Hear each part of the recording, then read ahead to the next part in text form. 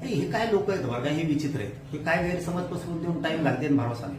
आता आमचा हा आरक्षणाचा मुद्दा कुठंच काही नसून सुद्धा आता अचानक उकरून काढला म्हणजे मला याच्या मागे सुद्धा काहीतरी खरंच सांगतो मी जबाबदारीने डावच दिसतोय. आता हे 2-4 दिवसात 8 दिवसात उघडं पडत समोरून कोण कोण बोलतंय विरोधात याच्यावर लक्षात येईल की हे घडून आणलंय. आणि खरंच जर ह्या मुद्दा अचानक उकरून समाजाच्या हिताचा काढला असेल तर चॅनलवाल्यांचं सगळ्या खरंच कौतुकच आहे, त्याच्यात काय दुमत असण्याचं कारण नाही. पण आता चिखलफेक काय जर झाली तर समजायचं हे ठरून होतं. कारण हे असे कामं करतात, पुढं वाघ आणि पुढं बिबट्या आणि पुढं कबूतर आणि त्याच्यावर टाइम घाली काही काही आणते, चहा पाणी प्याण्यावरच बसते, चहा कॉफ्याच नाही म्हणते. हे असं करून करून करून यांनी 8 दिवसच होतं ते सगळं वायाला घातलं. एकाच प्रश्नावरती दिवस सभागृह चालवलं यांनी आणि त्याच्यातच सगळा पवित्र सभागृहाचा वेळ वायाला घातला यांनी बंजारा समाजाच्या आरक्षणाचा प्रश्न मार्गी काढायला पाहिजे होता.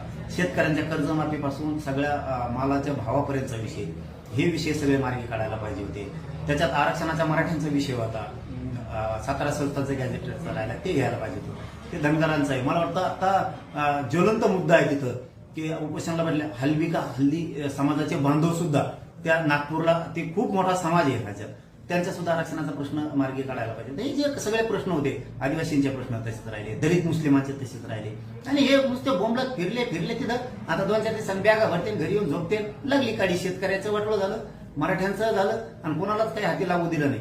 ही चूक आपली आहे, आपली जनतेची चूक आहे. आपण हे इतके आपल्याला फसवते तरी पण आपण त्यांनाच पुन्हा बसवतो. हे कशी लिहिते. मराठ्यांसारखा ना एक दबदबा पाहिजे. मराठ्यांनी 75 वर्षात जो दबदबा उभा केला, लोकसभेला यांची शिटा पाडली. आज मराठ्यांची एवढी भीती भरली यांना, तशी शेतकऱ्यांची भीती भरली पाहिजे.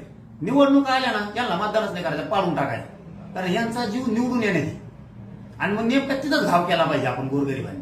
आणि तेच नेमकं आपण करत नाही. ते फसवितात तरी त्यांच्या मागत पळत होतं. कशाला मागण्या मान्य करते ती.